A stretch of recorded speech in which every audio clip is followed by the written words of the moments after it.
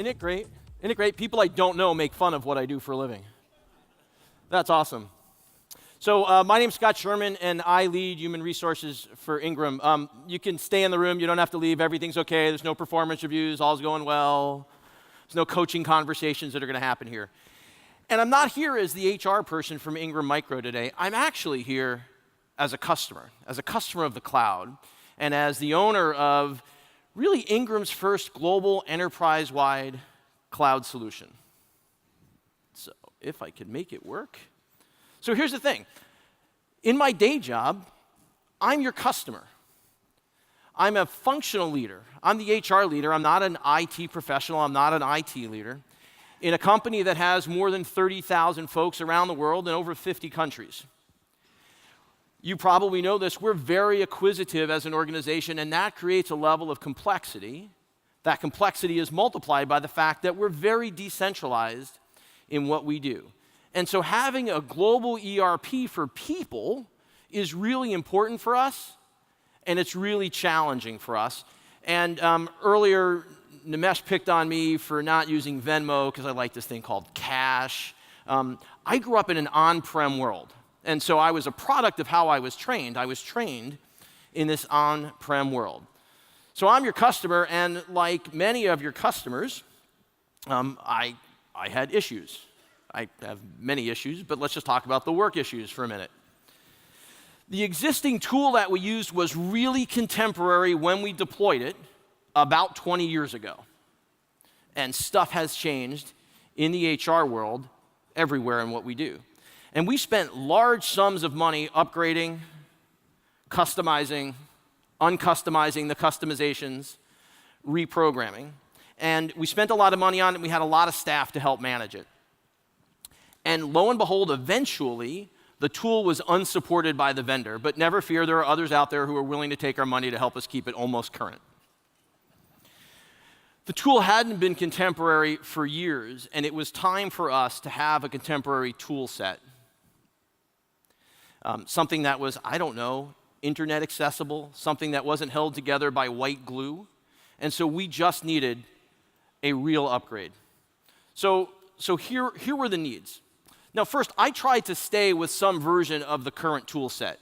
I had asked the HR team around the world to use it, and I knew it was on-prem, but if they used it well, we should keep doing it. And I found that I couldn't just stay on-prem anymore.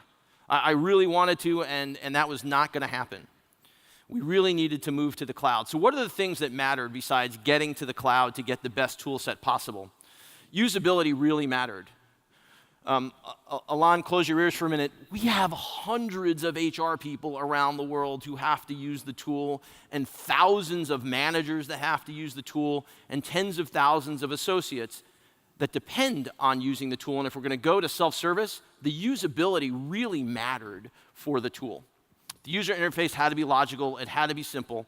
I didn't want to go hire dozens of change management people around the world. How many people needed a training class to use their iPod? Right? I wanted that to be the same thing for us at Ingram Micro with whatever tool we chose. And cost really matters. Cost matters to all of your customers. Cost mattered a lot to us. And we wanted something that would afford us the opportunity to finally have a consistent set of business processes all around the world. Now, when you go through and you create something that's awesome like this around the world, you actually want it to work the first time. You want it to work when you turn it on, because if it doesn't work on day one, folks say you wasted a lot of money, it doesn't work, I'm not going to use it. And so we work really hard to de-risk implementation and to maximize the probability of success. By the way, those two things are a bit at odds. So we chose Workday. We looked at basically all the tools that were out there, and we chose Workday. It's a very contemporary tool set. I was surprised with how contemporary and how robust the tool set had become over their years.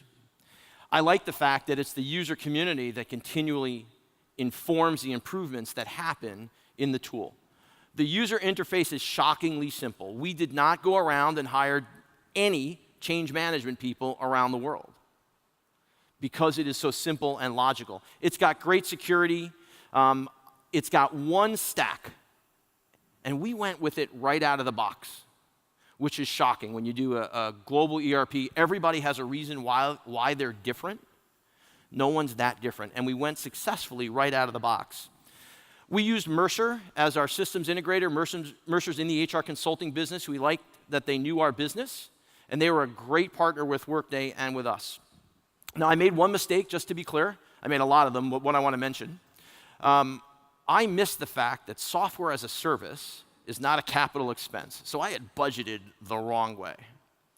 Right? So that was my big learning. By the way, I found that out 5 minutes before I was supposed to sign the contracts. That was an awesome HR finance kumbaya moment.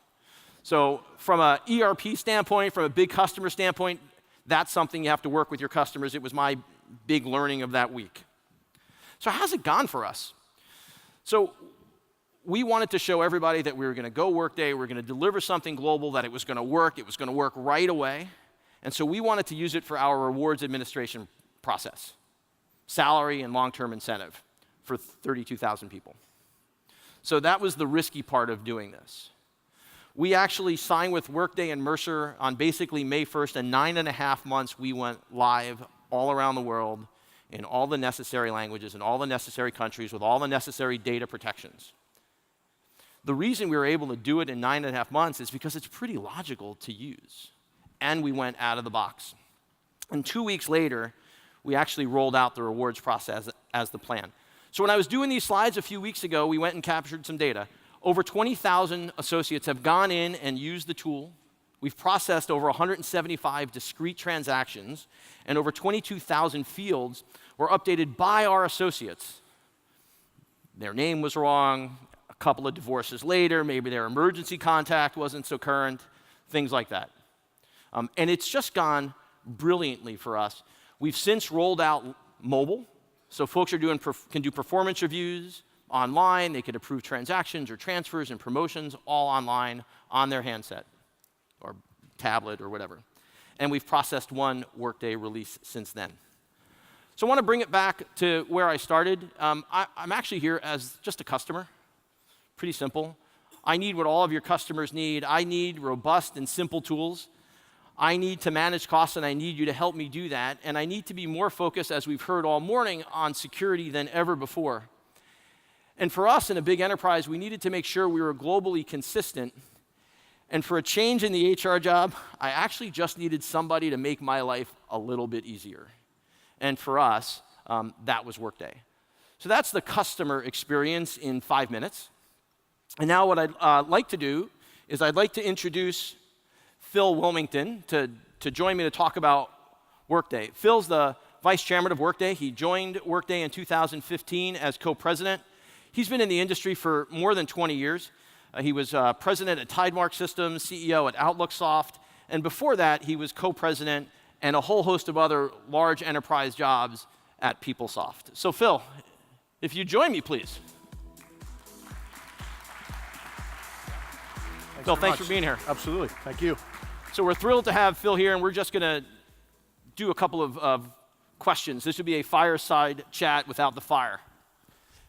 So Phil, let's start. Can you just talk for a few minutes about the evolution of the cloud and how cloud built momentum as an application for business?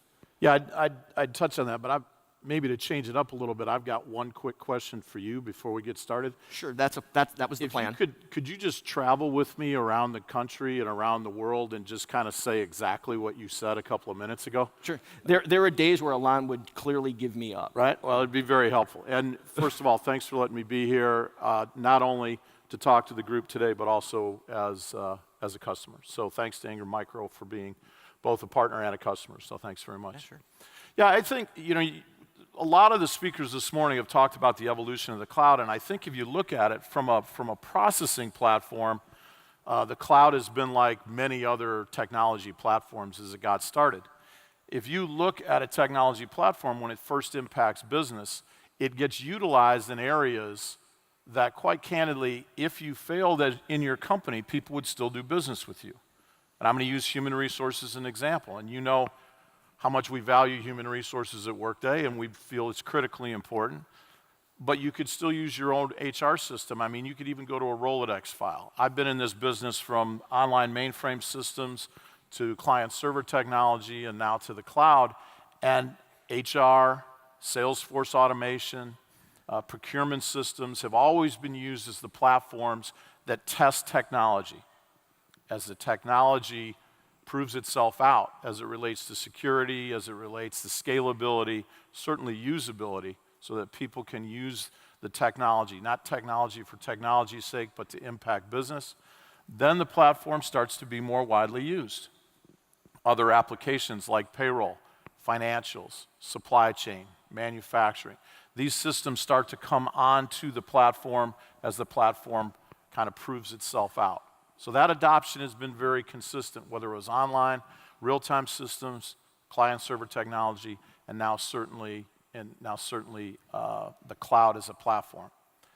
Organizations then start to embrace and change and morph themselves because they can leverage that technology. They get business leaders involved. They get other people other than just their information technology professionals involved in deploying those solutions. You look at two examples of companies who have been fortunate enough to kind of prosper and prove that out. Salesforce.com, or Salesforce, and what they've done with the platform was the lead example. Workday's been fortunate to be one of the others. Great. So what's next for the cloud, do you think? Well, I think the cloud as a platform is known for kind of transactional processing, and now the second iteration of the impact of the cloud on business has become analytics. So you have transactional systems that are generating a wealth of information for business, and you now have, and in Workday's case, you have the same technology stack which provides now analytic capabilities. Initially in the hands of business professionals in formats of scorecards or things that provide insight to the organization. Machine learning is now being added to that. And I think the next generation for the cloud as it relates to business applications is really data as a service, not just applications as a service. If you look at Workday, for example, we've got over 30 million lives, right? 30 million data points, if you will, that talk about how the industry-leading companies around the globe treat their employees and their associates from a human resources standpoint. Where do they find their best employees? How do they pay their best employees? How do they assess the impact of turnover? Are other organizations competitive as it relates to the workforce? So data as a service combined with analytics and combined with transactions are all going to be part of the deliverable in terms of what the cloud can provide to business leaders going forward. And at Workday, I talked about the HR piece, but it's well beyond HR now, right? It's now moving into that other important function known as finance, right? And you're using the same tools and processes and thinking there. Yeah, I mean, Workday is still known, sometimes much to our chagrin, but still known as a human resource leader, and we're proud of the position that we've had in working with companies like Ingram Micro. But we've now got over 700, close to 800 financial customers also in the mix. So, and I think you heard I know you heard one of the speakers this morning talk about the blend of information and what technology impacts the organization, where if you combine human resources and cost of goods sold, you have the majority of the cost structure for an organization. So to think of a human resource and payroll application not as a financial application is not the way that business views itself going forward.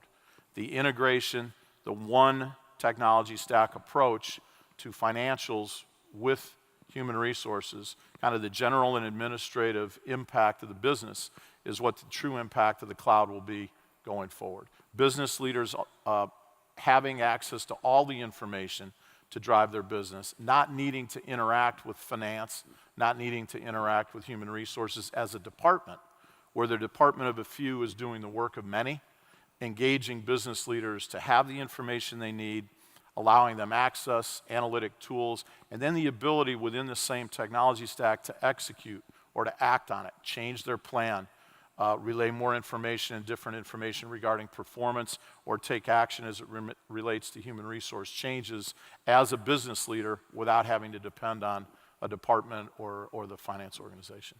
That's great. So I know what it took for me to be convinced to go from that on-prem upbringing to move into the cloud. What do you see as having convinced or being most convincing to larger enterprises to move to cloud solutions like Workday? Well, I think, I don't know how many people in the audience, I'm a lot older than most of you guys, I can tell that by looking around, but I don't know who read Jeffrey Moore's Crossing the Chasm book early on as it relates to how companies embrace technology. But it's still very, very applicable, and it talks a lot about how companies embrace technology, how they buy technology, and how they're going to use it going forward. And I think it's still very applicable. You had your early adopters, and those companies worked with companies like Workday to help design what those applications needed to look like. And you touched on it in your comments. The standard that was set was coming from the consumer side of the impact. I mean, enterprise had the opportunity to leverage what the cloud was going to look like, but actually swung and missed at it when it related to the dot-com industries, right? When dot-com and the bubble burst, consumer applications changed, but business applications didn't. The early adopters of technology, when they got back in for kind of the second iteration, if you will, and the impact of the cloud, set the consumer experience as the standard. So early adopters helped develop that. Large-scale processing, the eliminations of databases as we knew it, and in-memory processing were very, very important. And each one of the presenters this morning has talked about the impact and the importance of security. So all of those things were kind of spec'd out by companies like Workday or Salesforce or others that were completely committing to the cloud, and the early adopters then helped design those things to help drive their business. But most importantly then were the stories of those early adopters.